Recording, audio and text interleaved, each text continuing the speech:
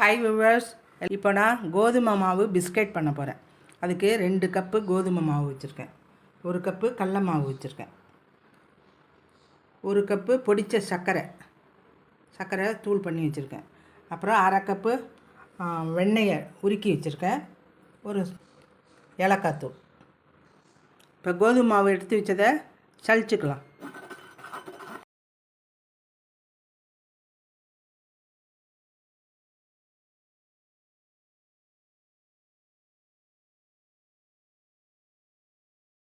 இப்போ powder sugar 1 cup,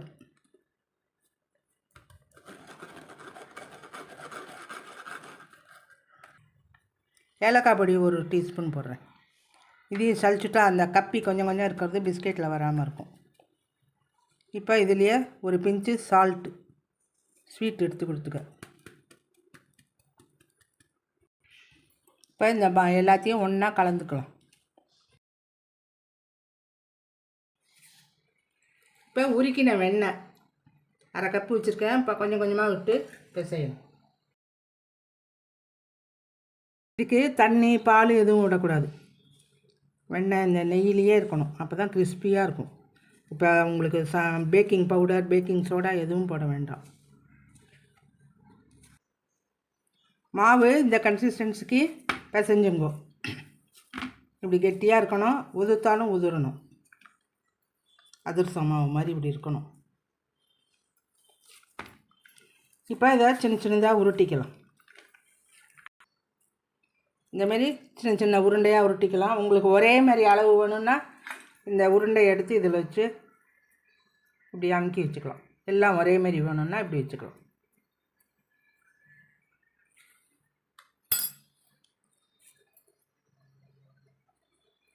ரொம்ப மெல்லிசாகவும் இருக்கக்கூடாது, ரொம்ப திக்கக்கூடாது, திக்காகவும் வேண்டாம். இதை டிசைனுக்கு சும்மா ஒரு கோடு அமுக்கு.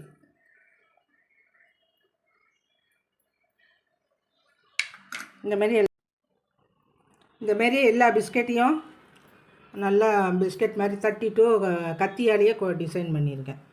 கத்தியாலேயும் டிசைன் பண்ணியிருக்கேன், ஸ்பூனாலேயும் பண்ணியிருக்கேன். கத்தியால் பண்ணதெல்லாம் ஸ்ட்ரைட்டாக இருக்கும், ஸ்பூனால் பண்ணதெல்லாம் இப்படி இருக்கும், வளைஞ்சு ஆர்ச் மாதிரி வளைஞ்சு இருக்கும். இப்போ இதுக்கு மேலே ஒரு கோட்டிங் கொடுக்கணும். 1 டீஸ்பூன் சுகர் பவுடரும் 2 டீஸ்பூன் பாலையும் வச்சு அதில் மேலே ஒரு கோட்டிங் கொடுக்கணும். 1 டீஸ்பூன் சுகர் பொடி, கொஞ்சமாக இது கரைக்கிறதுக்கு பால்.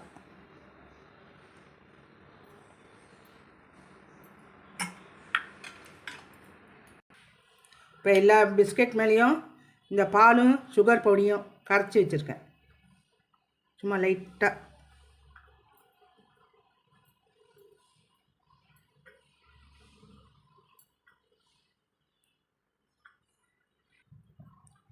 பாலை தடவிட்டேன். இப்போ மேலே கொஞ்சோண்டு சர்க்கரையை தூவுறேன். கொஞ்சம் கொஞ்சம் போட்டால் போதும்.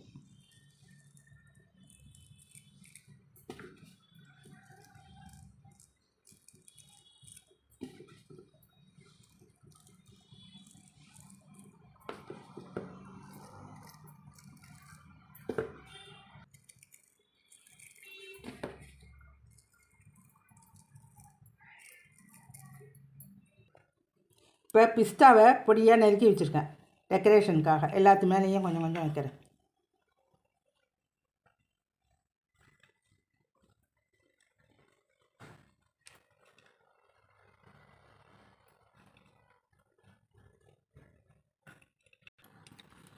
ஒரு ட்ரேயில் ஃபாயில் பேப்பர் போட்டிருக்கேன், அது மேலே கொஞ்சம் கீயை அப்ளை பண்ணிக்கிறேன். கீயோ வெண்ணெயோ எது வேணும்.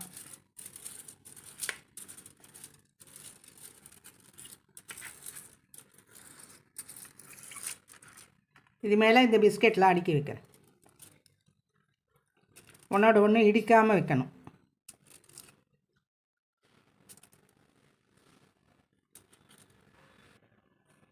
அடுப்பில் பேன் ப்ரீ ஹீட் பண்ணி வச்சுருக்கேன், அதில் வச்சுட்றேன் இதெல்லாம் தூக்கி. இப்போ 15 மினிட்ஸ் இருக்கட்டும் இதில், அப்புறம் பார்க்கலாம். இருந்தது, அதுக்கப்புறம் வெளியில் எடுத்து வச்சு ஒரு 10 நிமிஷம் ஆற வச்சுருக்கேன். இப்போ எடுத்து பார்க்கலாம். நல்லா கிறிஸ்பி ஆகிடுது. அடியில் பாருங்க, உடச்சி காமிக்கிறேன். நல்லா பேக் ஆகிடுது. சுவையான கோதுமை மாவு பிஸ்கெட் ரெடி. குழந்தை எல்லாம் ஸ்கூல்லேருந்து வந்தால் ஸ்நாக்ஸ் மாதிரி பண்ணி கொடுக்கலாம் சட்டுன்னு.